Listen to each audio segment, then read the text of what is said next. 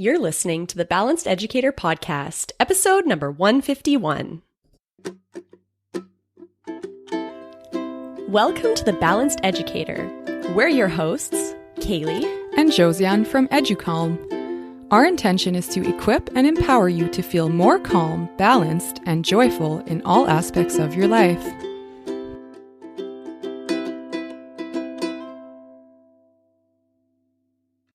Hello there and welcome. We are so happy to have you here with us today. So in today's episode, I'm interviewing Richard Capriola. He's been a mental health and addictions counselor for over 2 decades. He recently retired from Menninger Clinic in Houston, Texas, where over a decade he treated adolescents and adults diagnosed with substance use disorders. He's the author of a new book for families entitled The Addicted Child, A Parent's Guide to Adolescent Substance Abuse. Now, I'm really excited for you to hear this interview because we talk about what teachers need to know about drug use in teens and adolescents and what we can do to be there as a support for those students and those families that are affected. So in this episode, we talk about which drugs teens are using these days, what is on the rise, and what is the most kind of popular drugs that we need to be looking out for.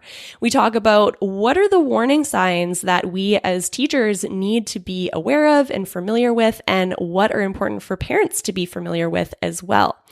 We talk about how drugs work in the teen brain, how using these drugs is going to affect their brain short and long term, and how the pandemic has impacted teen mental health and how that is leading to potentially more substance abuse and compulsive behaviors.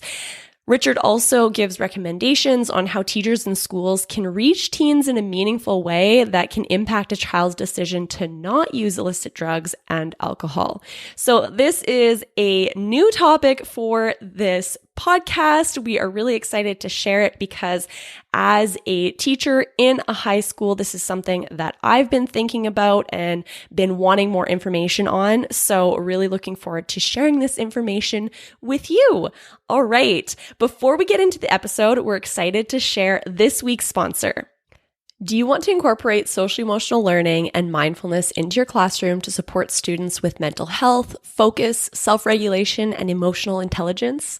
With so much on your plate as a teacher, you probably just don't have the time to get extensive training, to develop your own resources, and to then teach the lessons. Plus, you've got so much on your plate. You need time during the day for self-care too. So that's why we developed EduCalm, to support teachers like you. EduCalm is a fully bilingual English and French co-regulation program created by teachers. So this program provides everything you'll need to build self-regulation, mindfulness, and social-emotional skills with your students through a 5-minute daily practice. You just have to log in, press play, and prepare your minds and bodies for calm and focused teaching and learning. Go to educalm.com to learn more and to start using our free resources. Go to educalm.com, so that's spelled educalme.com to learn more and start using our free resources. All right, let's get into this episode with Richard Capriola. Hello, Richard. Thank you so much for being with us here today on the podcast. Hello, Kaylee. It's a pleasure to be here, and thank you so much for inviting me. I'm really excited to dive into the topic that you have to share with us today on adolescent mental health and substance abuse. This is something that I think teachers really need to be aware of, and we haven't covered this topic on the podcast yet, but it's so important. So we're so excited to have your expertise with us here today to share with our audience. Before we get started, can you introduce yourself to us and let us know, how did life lead you to where you are today? Well, it's been a rather long journey. I started out in education, where I was a state-level school administrator for the State Board of Education in Illinois. And I transitioned after about 30 years of working in education to mental health, and started out working at a mental health a regional crisis center. And I noticed that a number of people that were coming to the crisis center from emergency rooms had not only a mental health crisis, but also were struggling with a substance abuse disorder. So I went back to the University of Illinois and obtained more training and a degree in what is basically substance abuse counseling. And then I accepted a position at Menninger Clinic in Houston, Texas, which is a large psychiatric hospital that serves adolescents and adults from around the world. And I worked at Menninger for over a decade, treating both adolescents and adults who have mental health and substance abuse disorders. And so many times I would sit across from a family and I would go through the history of their child's using a substance, what drugs they had been using, how early an age they started and how often they used, and give them the diagnosis of a substance use disorder. And they would look across at me and they would say, I had no idea this was going on. Or if they did suspect their child was using a substance, they might say, I sort of thought something was going on, but I didn't know it was this bad. Mm-hmm. So after I left Menninger, I wanted to write this resource for parents and teachers and counselors and social workers that would give them the basic information on adolescent substance abuse. Now, parents are very busy. Teachers are very busy. We're all very busy.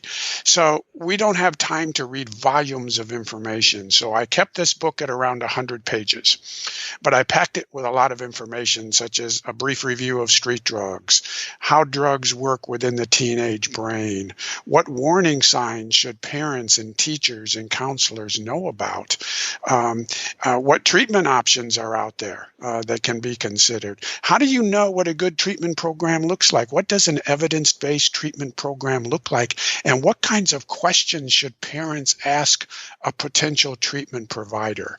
And then I put in resources. So I packed all of that into about 100 pages. My goal is that people can read this book very quickly and walk away thinking, okay, I've got this. I understand this a little bit better. I'm not as paranoid about this as I used to be. And if I have to confront it, I feel better prepared to do so now.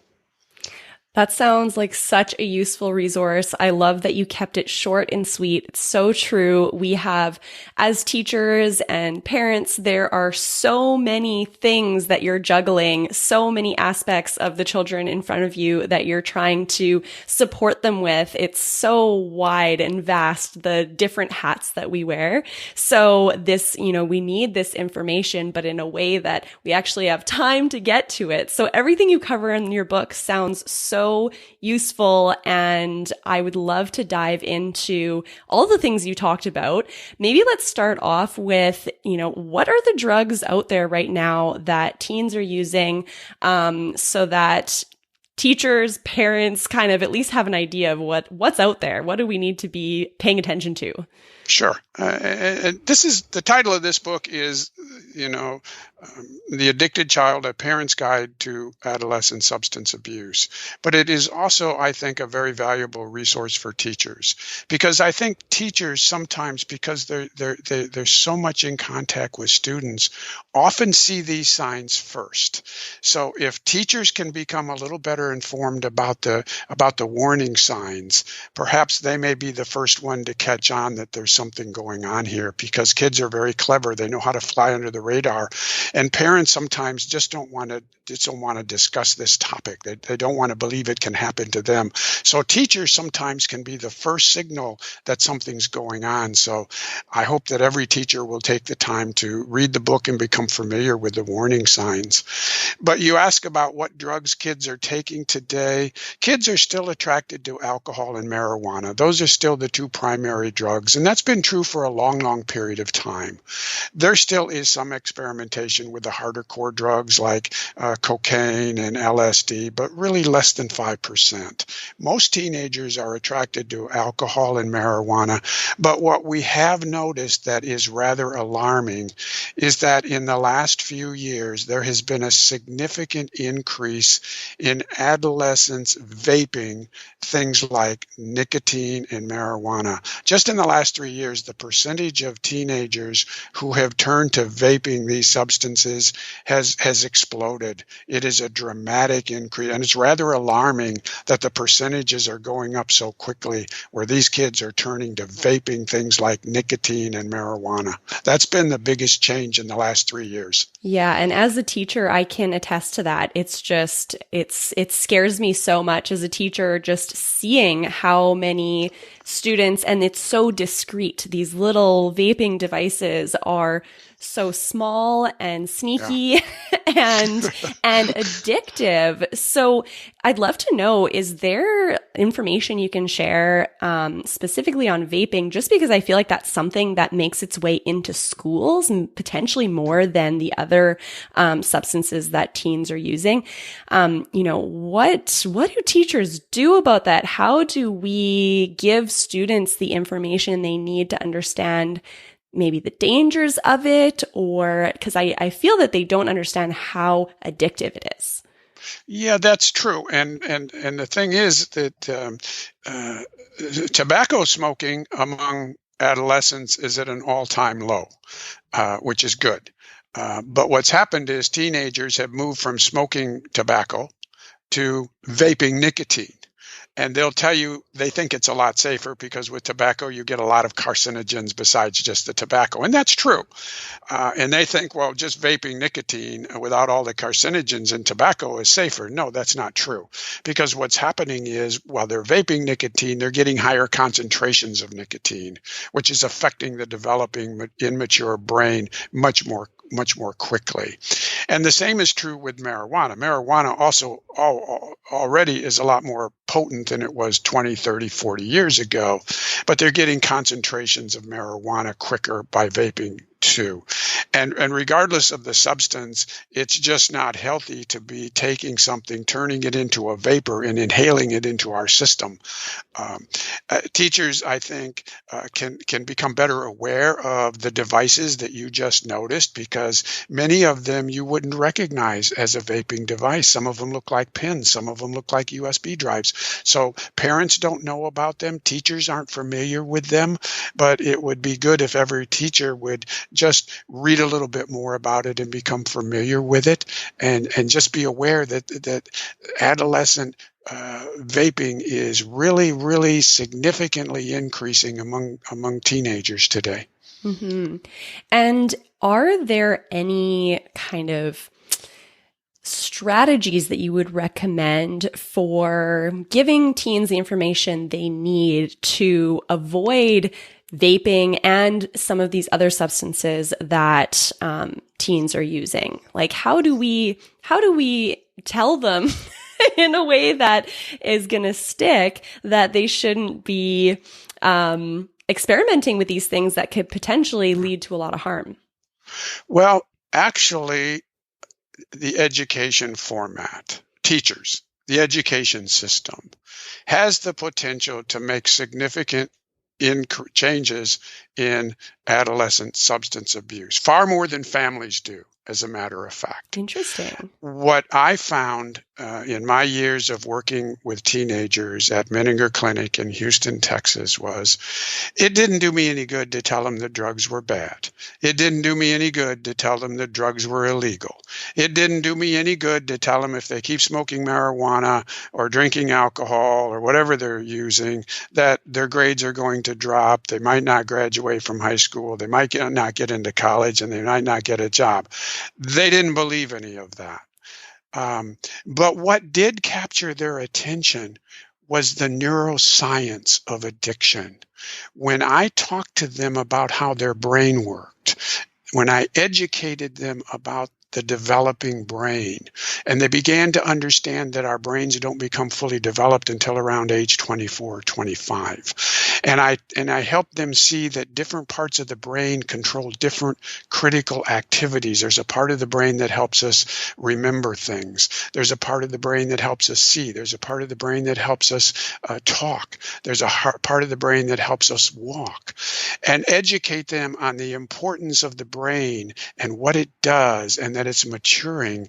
And then once they grasped that understanding, introduced how drugs affect the brain so that they could see how marijuana affected the brain and these different drugs, that captured their attention. So my recommendation for teachers and for the education system is begin that process. Focus on the neuroscience. Help these kids understand the importance of their developing brain. Help these kids understand that they need to protect their brain. Help these kids understand what the brain does. And then how do these drugs affect the brain? In my book, I have a slide that shows where marijuana attaches itself to the brain. And when I showed that to these kids, they immediately connected marijuana and its impact on the brain so that they could see, now I understand why marijuana causes me to be so slow. Now I understand why my short-term memory isn't as good as I like it to be. They began to understand that these drugs affect the brain. So my recommendation for teachers is you can play a significant role in changing the course of adolescents' using of substances by taking the role of teaching them about the neuroscience, how the brain works, and then introducing how these drugs affect the brain. Yeah, that makes so much sense. I think everyone, adults and teens and kids alike, are so intrigued by how the brain works. So to get them where we can pique their curiosity and get them interested in discovering this information, that makes so much sense to take that approach, because we've all been teenagers. We know that when someone tells us not to do something, we want to do it more, right? It's just part of the development. And that's a process that the school systems can start in the elementary grades. So when the children are preteens in elementary school, you can begin to introduce the education component, the neuroscience part of it, so that by the time they reach middle school or high school, they have a good education, a good foundation of the neuroscience of the brain. They understand what the brain is, they understand what it does, and they understand the different parts of the brain. That can be learned during elementary school. And then as they reach the junior years and the high school years, since they have an understanding of how the brain works, because you taught that to them in elementary school, you can begin to introduce how drugs affect the brain in, their junior years, in their high school years.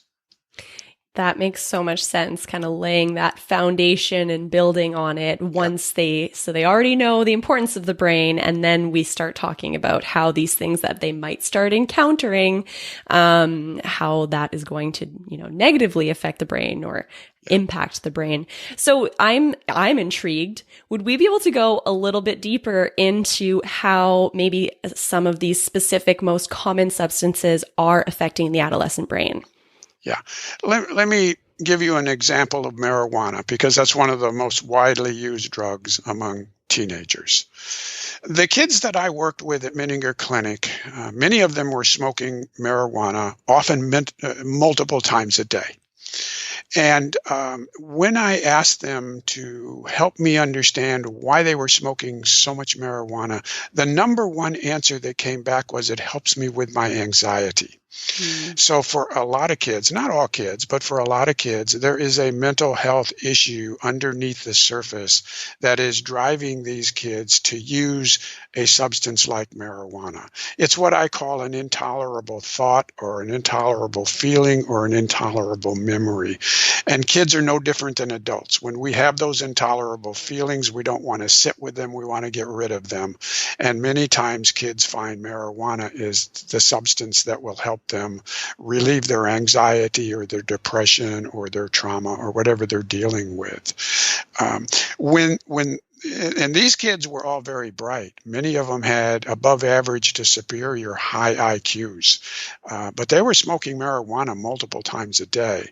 When the psychological and the neuropsychological test results came back on these kids, what I noticed was the processing speed of their brain was below average.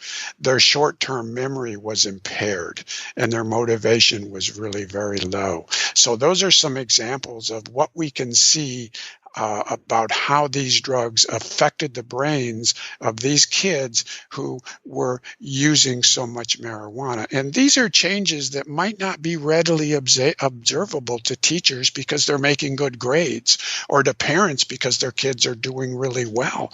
But when you dig below the surface and you get the psychological or the neuropsychological test results back, many times you can see the subtle changes that drugs like marijuana are beginning to make within the adolescent brain. Right. So that makes me curious now to learn more about, as teachers and as parents, what are some of the warning signs that we should be looking for? This connection between mental health and drug abuse makes sense. These students are looking for ways to self-medicate. They're looking for ways to relieve the pain that they're in. And this was the way that they found for now. So as life is getting tough through the pandemic and stuff, we're seeing a lot more difficulties in the mental health area. Most teachers are very aware that there are mental health changes within their classrooms that are very noticeable compared to past years. So what are we looking for as teachers to when this could be a problem?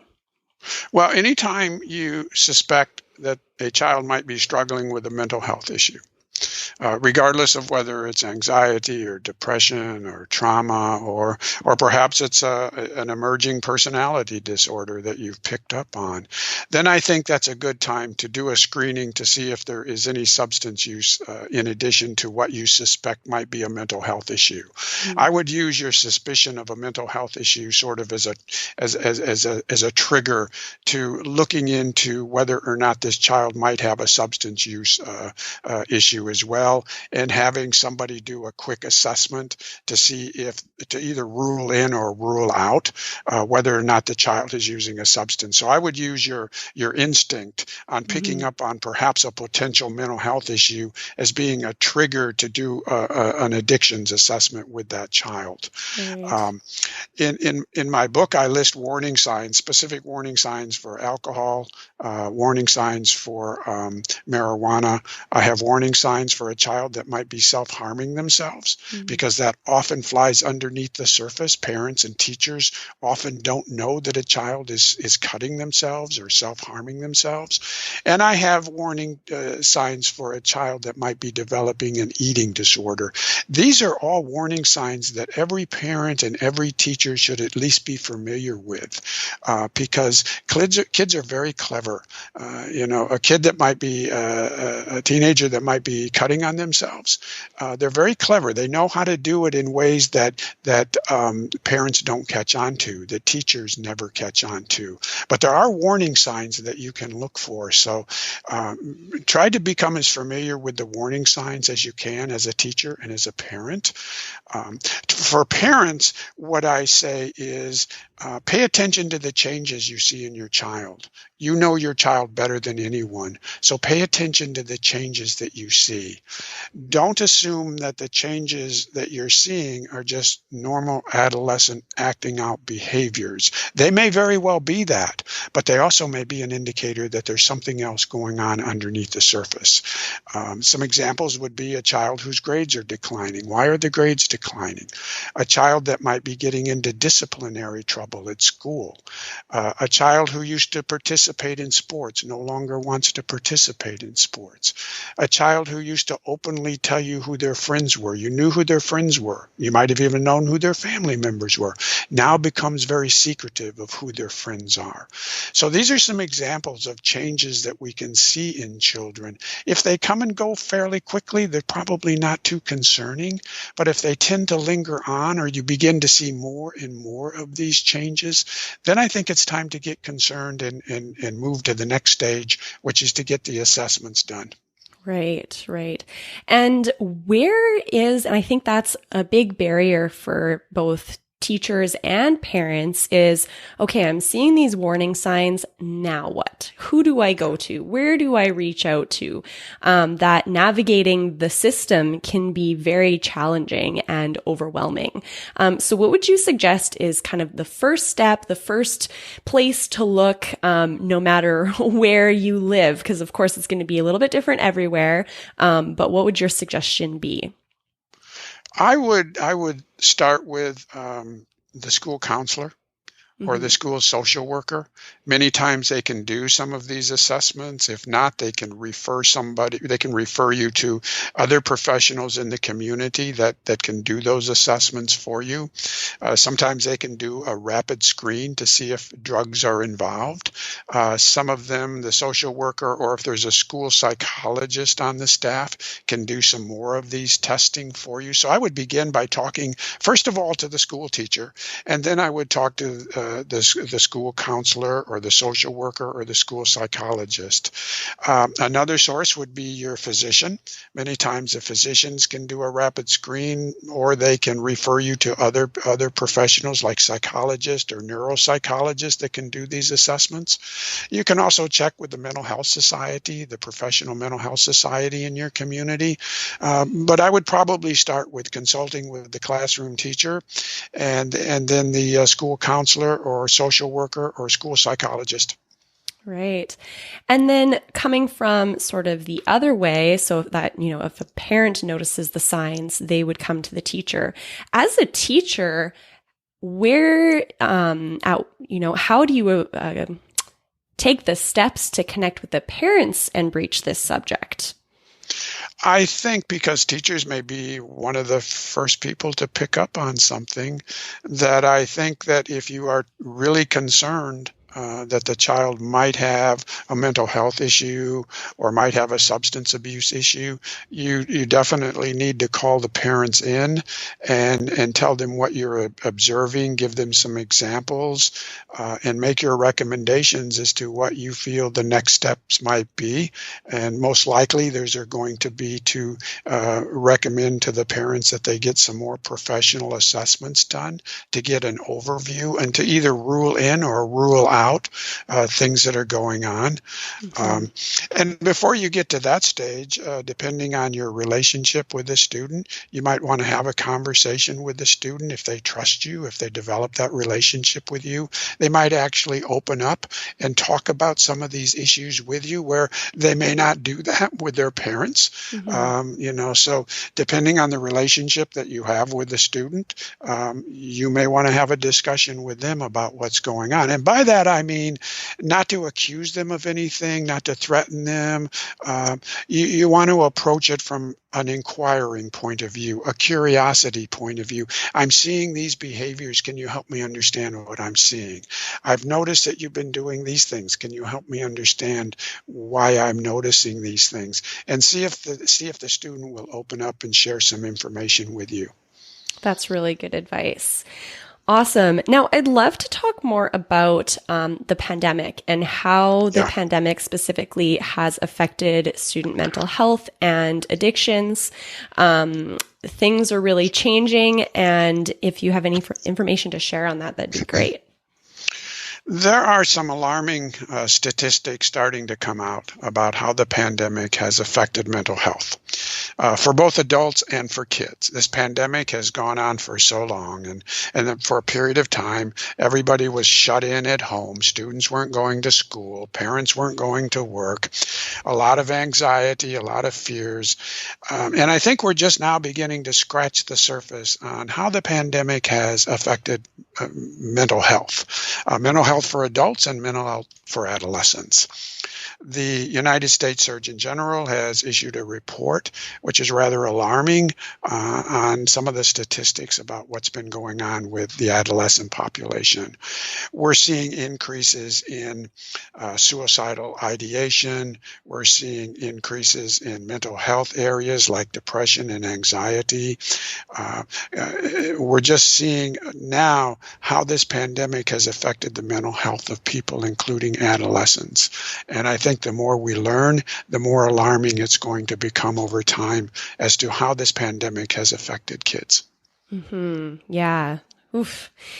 My hope is that we find ways to turn this awful experience we've all had into strengths, and that we all kind of have this amazing muscles that we've built moving forward. At least I have kind of faith or like a positive outlook that worst case scenario, at least this experience has brought mental health so much more to the forefront and the importance of mental health to the forefront. And luckily schools are responding and making mental health a priority, which didn't necessarily happen in the past. We're understanding now that mental health is step one and then we can build on that. So I think that's a great point. And I think we are moving in that direction as more and more people talk about this issue, that more statistics come out and more reports come out, bringing this entire issue of mental health to the foreground.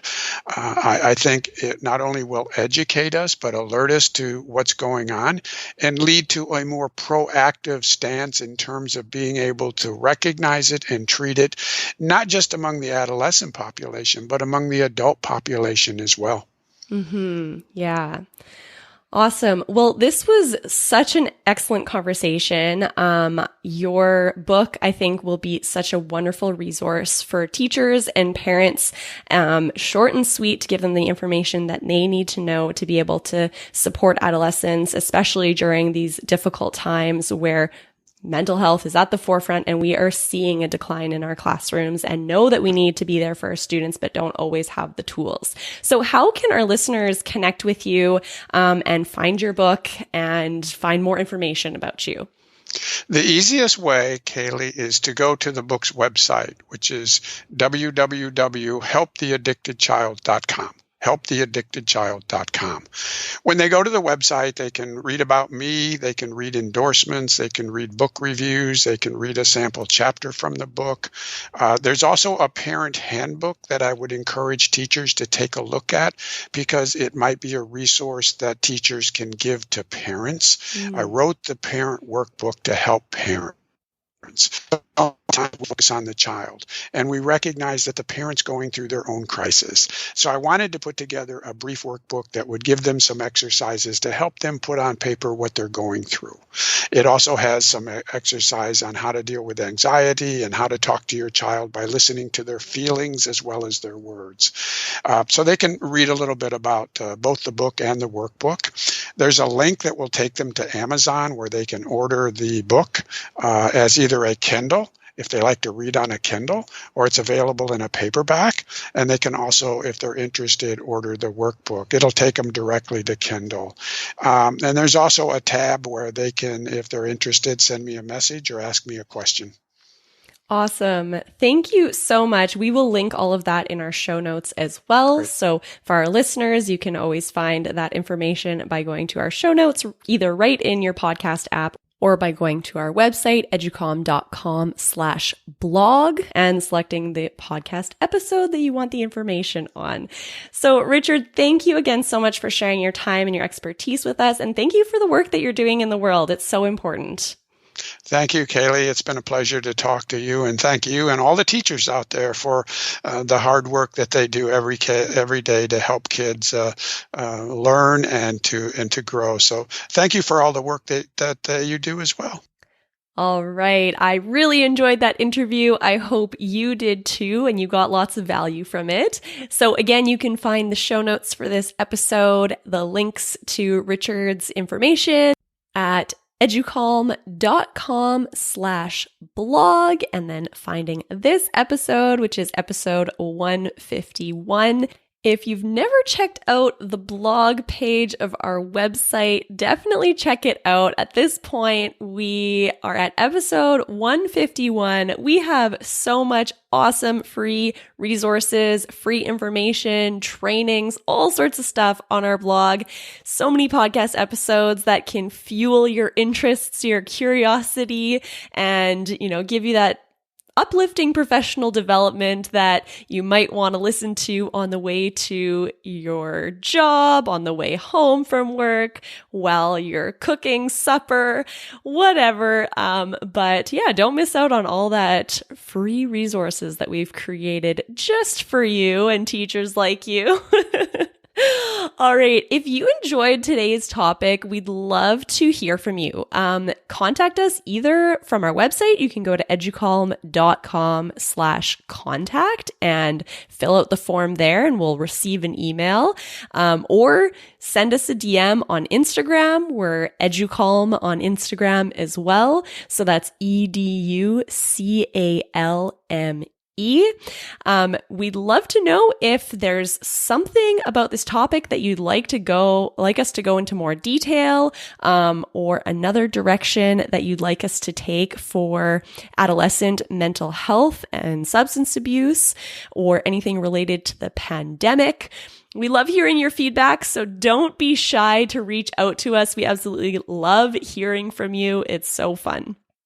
Now, if you enjoyed this episode and you got value from it, please share it with a friend or a colleague that you think would enjoy it and get value from it too. Thank you so much for sharing this time with us. Have a wonderful week.